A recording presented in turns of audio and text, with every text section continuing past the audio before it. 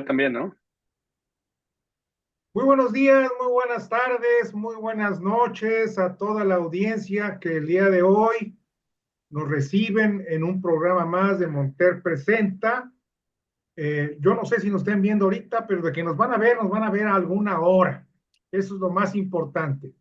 El día de hoy le doy la bienvenida a un buen amigo mexicano, pero mexicano, vecino aquí de Coahuila, si mal no recuerdo.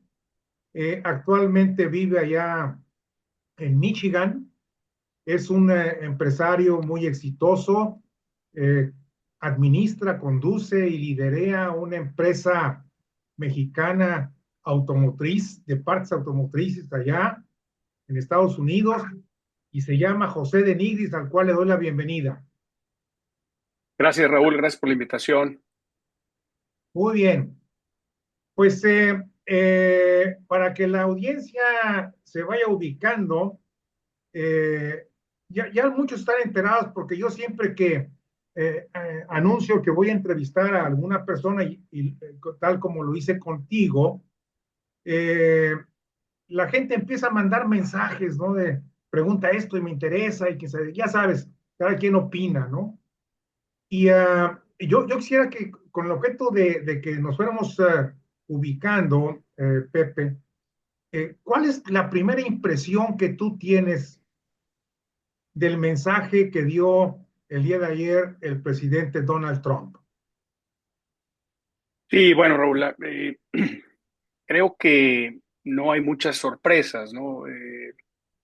Como dicen por ahí, hay que prepararse para lo peor, esperando lo mejor. En este caso, creo que el presidente Trump es muy consistente en su mensaje de los últimos 8 años, ¿no?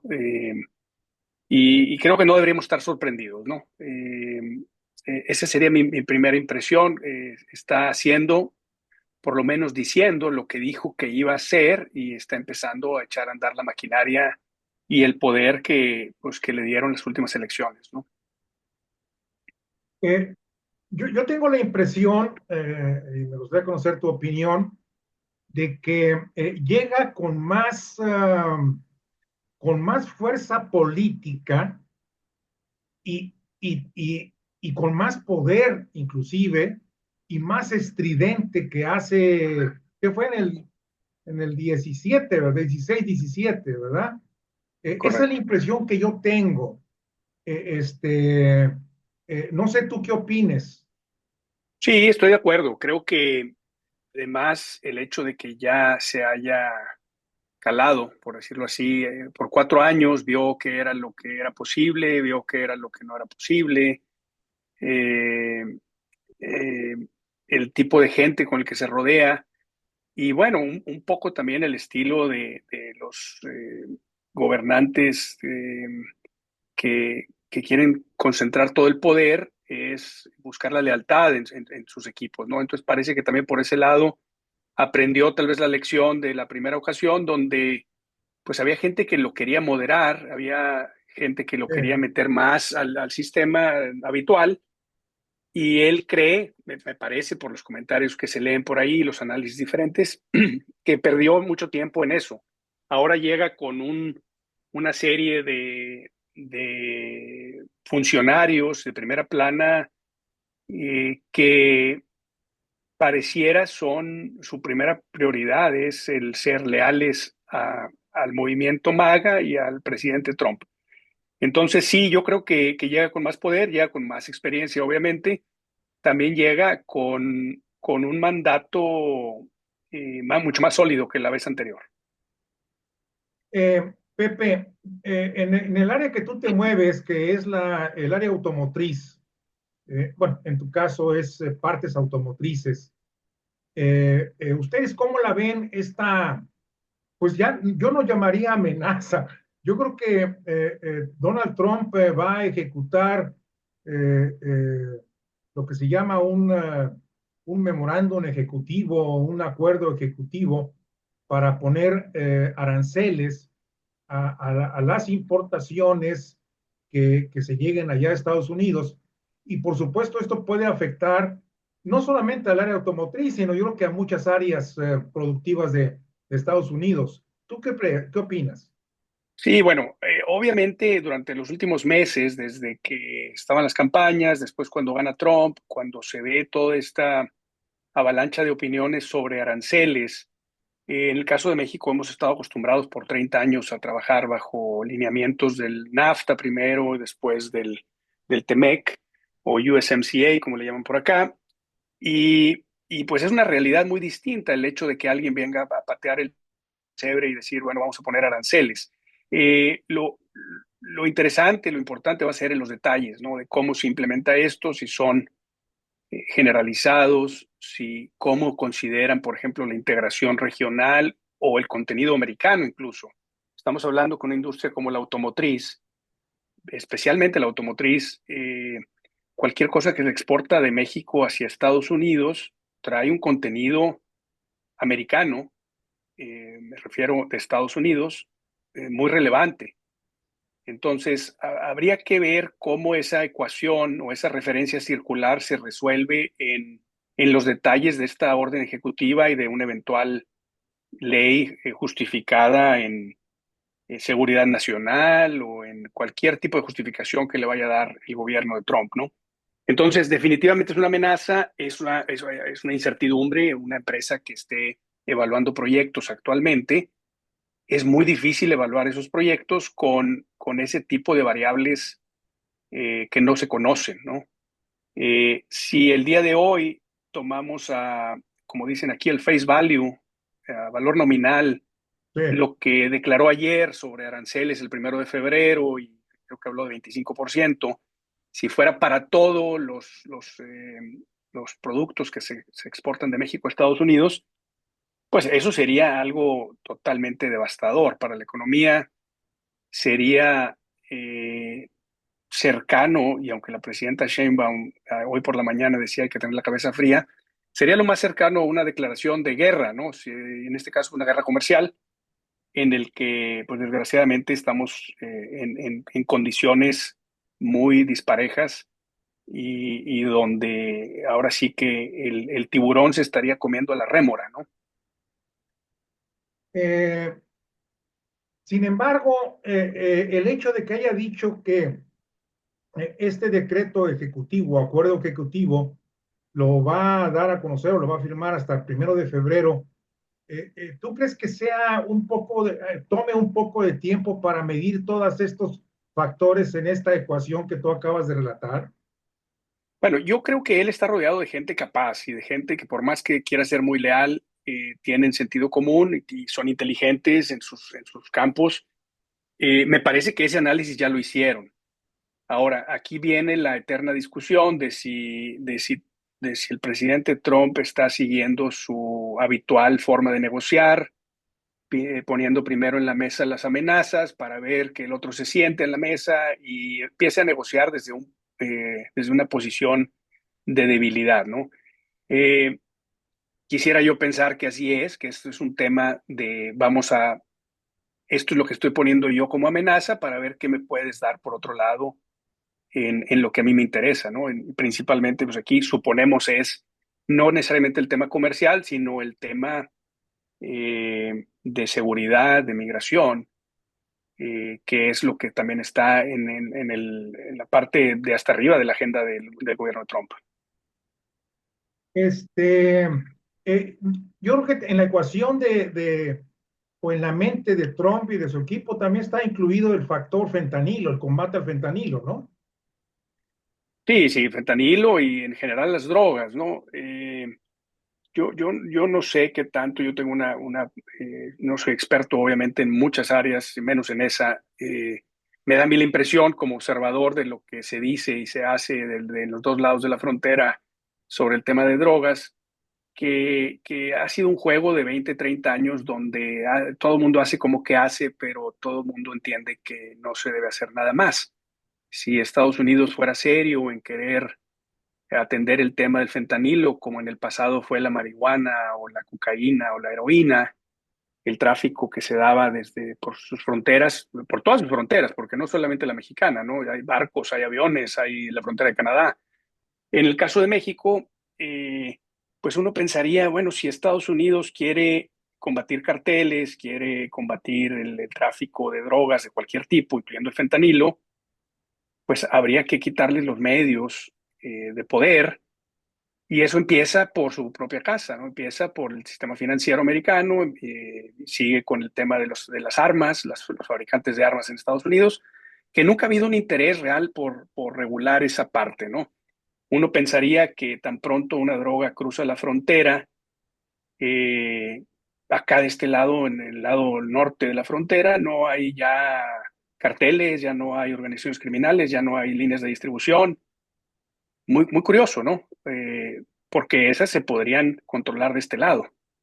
Entonces, pues yo creo que sí, el tema de seguridad, el tema de drogas, el tema de migración, pudiera ser la principal prioridad, porque eventualmente alguien en su equipo tendría que convencer al presidente Trump que aranceles excesivos, aranceles across the board, como dicen, parejo, eh, pues no solamente contravienen el acuerdo que él mismo firmó en el TEMEC, contradicen también lo que en teoría se dice en la Organización Mundial del Comercio, que hasta donde entiendo todavía Estados Unidos es parte de ella, aunque no nos debería sorprender que así como abandonan otros tratados, abandonen ese también. Y ahí es donde podemos hablar de la famosa historia del excepcionalismo americano, ¿no? El excepcionalismo americano se menciona mucho y significa muchas cosas, pero incluye también que las reglas, los tratados, los tribunales que existen, cuando a Estados Unidos no les conviene, no les aplican. Cuando ellos cambian de parecer, ya no les aplican esos tratados, esas reglas, esos tribunales. La única diferencia es que en el caso de Trump, Trump lo hace y lo dice de una forma más descarada, tal vez chocante, pero a final de cuentas, America First sigue siendo America First. El tema es que es diferente que te lo diga alguien como Biden en un tono más dulce a que te lo diga Trump en un tono más combativo, ¿no? Y creo que deberíamos empezar por ahí. Muy bien, regresando al tema de los aranceles, Pepe. Eh, en el discurso de ayer,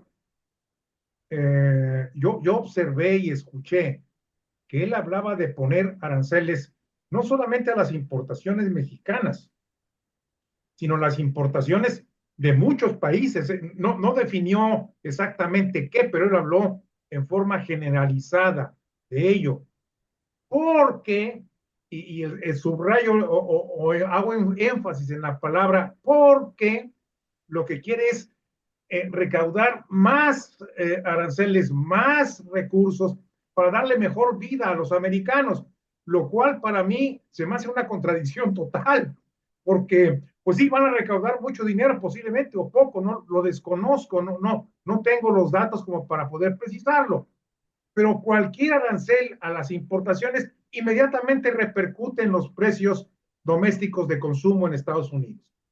¿Cuál es tu opinión, Pepe? Sí, no, es correcto. Sigue siendo una duda que se menciona mucho en los círculos económicos, en los círculos financieros de Estados Unidos. ¿Cómo piensa el presidente Trump acerca de los aranceles, de lo que es la balanza comercial con cualquier país? Él, si Estados Unidos tiene un déficit con México, tiene un déficit con China o con quien sea, él dice, los estamos subsidiando. Esa es su idea, ¿no? Les Sí. estamos regalando dinero. Y bueno, eso claramente no es el caso, ¿verdad? Y tiene razón. Un arancel, pues va a generar, él cree, o al menos, no sé si lo crea, no creo que eso piense verdaderamente, eh, pero él, el rollo, el discurso que da hacia sus seguidores es, le vamos a poner arancel a China, le vamos a poner arancel a México, que ellos van a pagar. Y eso, pues, no es totalmente cierto. Ahora, claro, eso pudiera tener un efecto, ya si le seguimos estirando al hilo, donde las monedas de ese país, del país que tenga los aranceles, se van a debilitar y van a acabar compensando el impacto del arancel, ¿verdad? Porque si pone aranceles del 25% a México, el tipo de cambio se va a ir, en febrero se va a ir a 23. Y eso inmediatamente abarata los el productos producto. que salen de México hacia Estados Unidos. Entonces, yo me imagino que él entiende eso, me imagino que hay quien le recuerde de vez en cuando que así no funciona, pero pues difícil saber cómo está cómo conectar su inteligencia en temas económicos, en temas comerciales, con su discurso para casi de campaña todavía, aunque ya es presidente, para la gente que lo sigue, ¿no? Eh, Hace muchos años leí un libro que lo tengo todavía aquí en mi oficina, que se llama Contradicciones. Lo escribió en aquel entonces el padre Karol Wojtyla, que después fue Papa Juan Pablo II, y en este libro habla de las contradicciones de los seres humanos. Claro, este libro habla de las contradicciones humanas y de las contradicciones filosóficas, religiosas, pero se puede aplicar en la política también, ¿verdad? Y yo denoto muchas contradicciones en Trump, porque también en el discurso de ayer, Pepe, él hablaba que se compromete a bajar la inflación, a que no aumenten más los precios, porque en este país hemos dejado que la inflación crezca en forma desorbitada. O sea, lo que él quería era darle de hachazos a sus antecesores, ¿verdad? Pero, pero esa meta, para lograr esta meta, eh, y a eso le añade ahora él que va a poner aranceles, pues es una contradicción total. Definitivamente, definitivamente. La verdad no le entiendo. Entonces, tú que estás ahí en el tema de las empresas, de los negocios, cómo? Ya diste una explicación, pero déjame precisar la pregunta. Eh, Trump lanza amenazas, como tú bien decías, para amenazar, ¿verdad? O lanza argumentos, eso es su narrativa, esa es su estrategia, ¿verdad? Pero a final de cuentas, los hombres de negocio, los empresarios, los políticos, los analistas, los financieros, deben tener otra forma de ver las cosas, ¿o no? Sí, bueno, a final de cuentas, eventualmente todas estas amenazas, todos estos posibles políticas, órdenes ejecutivas, se tienen que aterrizar. Se aterrizan en un papel que se va a publicar y que va a decir cuáles son las nuevas reglas del juego. En base a eso, y yo he escuchado, ayer estuve por aquí en el último día del Auto Show de Detroit, que es un evento muy importante en la industria automotriz, a la gente pensando y diciendo que han postergado inversiones incluso en Estados Unidos por esa incertidumbre, ¿no? Eh, yo creo que primero pues hay que tener la paciencia, primero para no engancharnos con cada cosa que dice Trump. Trump se va a convertir otra vez en el principal proveedor, escucha esto, Raúl, principal proveedor de cajas chinas del gobierno mexicano. Va a estar hablando, cada vez que hable, va a venir una respuesta y esperemos que siga como la de hoy de la presidenta Sheinbaum, de hay que tener la cabeza fría, pero va a ser un suministro inagotable de cajas chinas para el gobierno mexicano, para los políticos en México y nosotros como donde nos toque estar como ciudadanos, ya sea opinando, ya sea trabajando, estudiando, ama de casa, donde estemos, necesitamos desengancharnos de esas cajas chinas y preguntarnos más bien por qué tenemos que estar, seguir pensando en que somos la rémora del tiburón, ¿no? El tiburón de Estados Unidos, México sigue comportándose como una rémora, el pescadito ese que le va limpiando, comiéndose las sobras de lo que se come el tiburón, y con esa mentalidad eh, poquita, ¿no? Esa mentalidad de estamos atenidos a lo que ellos hagan y, y olvidarnos de darle el beneficio de la duda, darle la posibilidad de la excusa al gobierno en turno, como se lo hemos dado a los anteriores, de que lo que haga o deje de hacer Trump es una excusa para que se cumplan o no se cumplan los planes que tenemos en México. Casualmente, hace menos de una semana o hace una semana aproximadamente se presentó el Plan México, ¿no? Eh, porque aquí pasa un poco a, sí está muy bien hablar de Trump y está muy bien que Trump es una amenaza y las políticas de Trump y todo eso, ¿no? Se presenta el Plan México una semana antes de que entre Trump. Y el Plan México eh, sigue pensando en que debemos pensar en poquito, en lo mínimo indispensable, en hacer como que hacemos. Eh, el, que, el que Trump llegue al poder, más para aterrizarlo en temas de México, eh, ¿cómo iba a impactar a un trabajador que se sube a la ruta de transporte, que pasa en su trayecto hacia y desde su trabajo 2 o 3 horas en una unidad lenta, insegura, sucia?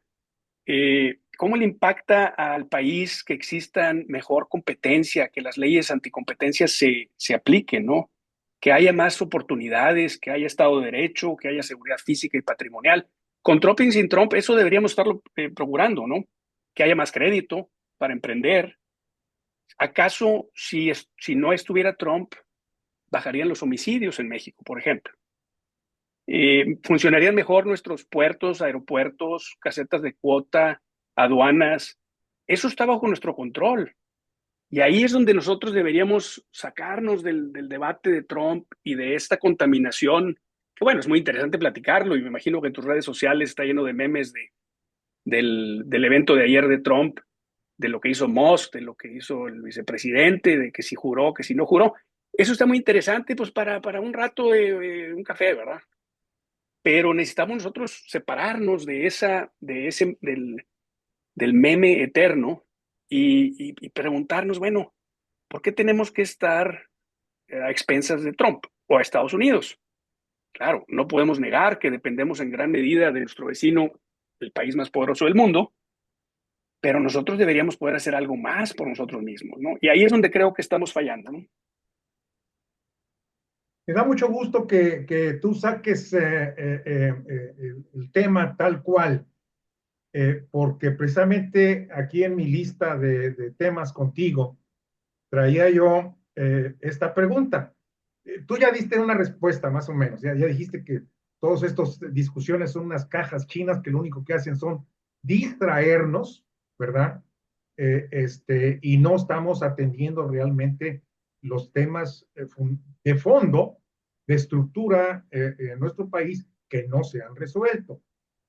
Eh, yo te preguntaría entonces, ¿tú crees que la presidenta Sheinbaum va a seguir la misma rutina de los anteriores presidentes, incluyendo a López Obrador, de aprovechar estas cajas chinas como distractores y no dar solución a los problemas de fondo? Mira, yo creo que me parece que cualquier presidente, nos guste o no, incluyendo la presidenta Sheinbaum, tiene buenas intenciones y verdaderamente muchas veces creen sus propuestas y están convencidos de que van a funcionar. Sin embargo, el que alguien les ponga cajas chinas enfrente es una tentación enorme para un político, ¿no? Sobre todo para un político que pudiera no estar dando los resultados que quisiera. Ahora, no quiero decir que ya debemos de pensar que el sexenio actual no va a dar resultados o no está dando resultados. Hay todavía muchas dudas de cómo se va a comportar el nuevo gobierno, cómo va a ser diferente o no la nueva presidenta a la anterior y a los anteriores, ¿no? Porque ella es su propia persona y tiene su propio proyecto y tiene un mandato incluso más sólido que el que tenía su antecesor, ¿verdad? Así es. Yo aquí más bien plantearía, con todo y la tentación, y que, bueno, cuando uno está enfrente de los micrófonos todos los días con esta tradición de las mañaneras, eh, es muy difícil dejar pasar las tentaciones de las cajas chinas, sobre todo. Es como si te ponen si eres beisbolista y te ponen así una bola de bebito, pues la vas a querer sacar del parque, ¿no? Yo más bien cambiaría un poco o recomendaría, si es que alguien se animara a escuchar en el gobierno esta recomendación o donde se toman las decisiones, yo plantearía lo siguiente: desde que yo tengo uso de razón, eh, en los setentas, tal vez es donde empecé yo a leer. Eh, y tengo muy presente que siempre se ha hablado del sueño americano. El sueño americano, pues se lee mucho en México, se ve en los programas de televisión, en los noticieros, en las películas. Hay una un constante bombardeo del concepto del sueño americano. Sin embargo, yo me pregunto, y me he preguntado por muchos años, ¿por qué no hemos podido tener nuestra versión del sueño mexicano? O sea, ¿quién nos ha robado? ¿Por qué nos robaron el sueño mexicano a las últimas dos, tres generaciones?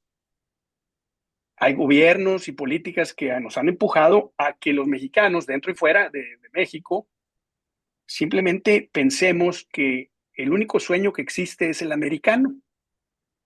Y esa noción creo que nos ha hecho mucho daño, porque entonces estamos todo a expensas, pensando que todo está en expensas de Estados Unidos, y aunque tiene algo de razón eso por ser simplemente por la, la gravitación, ¿verdad? La El peso, cercanía. la cercanía que tiene Estados Unidos, el tamaño, la influencia. Sin embargo, tenemos que en algún momento decir, bueno, vamos a empezar a formar el sueño mexicano. Eh, no es aceptable que ni los de hoy, ni los de antes, y los que vengan, sigamos pensando de esa manera en la que no es posible que las generaciones nuevas en México piensen en el sueño mexicano, ¿no? Y entonces yo propondría que independientemente de Trump y sobre todo a pesar con la llegada de Trump otra vez, que nos pongamos a pensar en cómo diseñar ese sueño mexicano.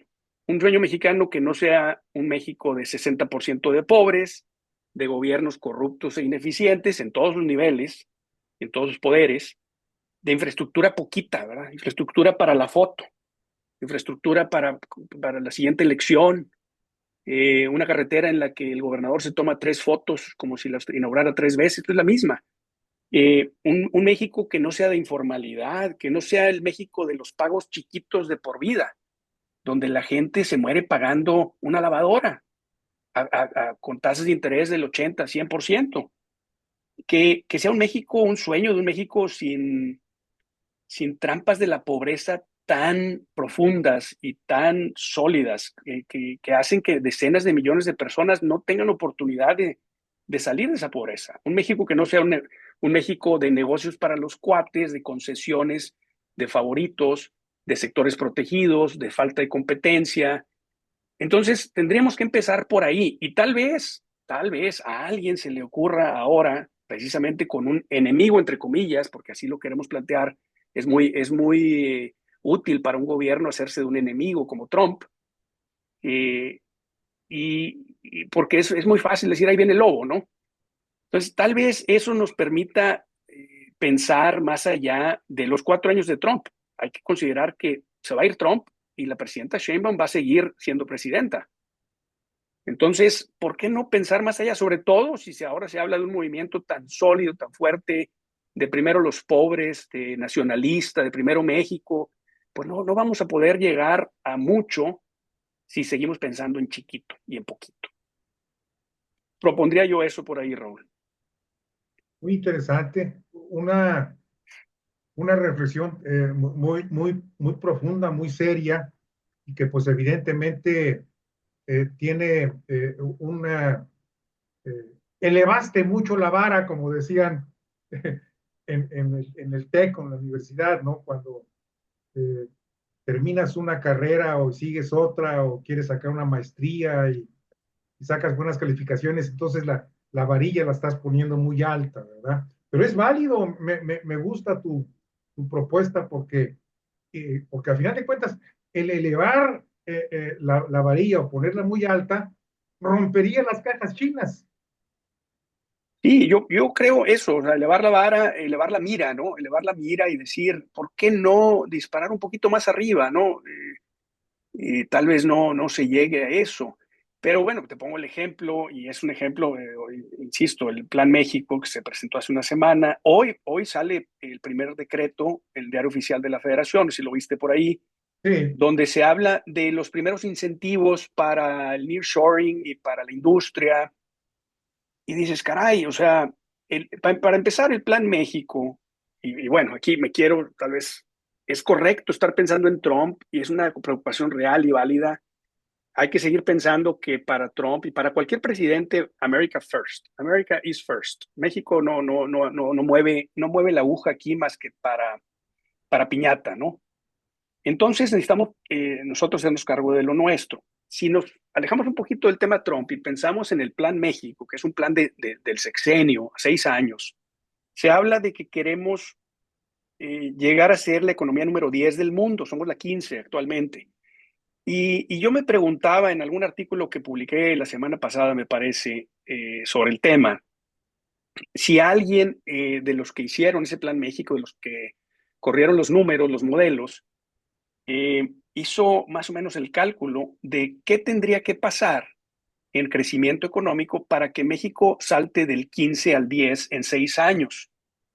Y bueno, yo lo hice, el cálculo, y el cálculo más o menos, obviamente depende si los otros países siguen creciendo más o menos como van Claro, claro, creciendo, hay claro. muchas variables, pero si todo sigue más o menos como ha ido, México tendría que crecer no el 1,5-2% que ha venido creciendo. México ha crecido en los últimos 25 años a un promedio del 1,7%. Para poder aspirar a ser el número 10, con Trump o sin Trump, de aquí al 2030, en 2030 Trump ya no va a estar. Tendríamos que crecer entre 4,5 y 5% por año, cada año del sexenio. Se habla que ya este año, pues prácticamente va a ser imposible pasar del 2%, aunque los criterios de política económica de México traen entre el 2 y el 3. Pero se habla que más o menos el 2 sería un buen resultado. Si no pasa nada, si no hay aranceles, si Trump no patea el pesebre más fuerte de lo que pensamos. Entonces, ahí está el número. El número es 4,5 a 5%. Si le metemos eh, este tipo de obstáculos adicionales, pues se va a hacer más complicado. Sobre Claro. todo si el primer año y el segundo vamos a andar alrededor del 2% cada año, entonces tendríamos que en los últimos cuatro crecer pues el 6, 7, 8% para poder aspirar a ese objetivo. Ahora, se publica hoy en materia económica el primer decreto relacionado con el Plan México y ese decreto habla de incentivos fiscales para empresas de todos tamaños, incluyendo pymes, de a más o menos 1.500 millones de dólares en 6 años.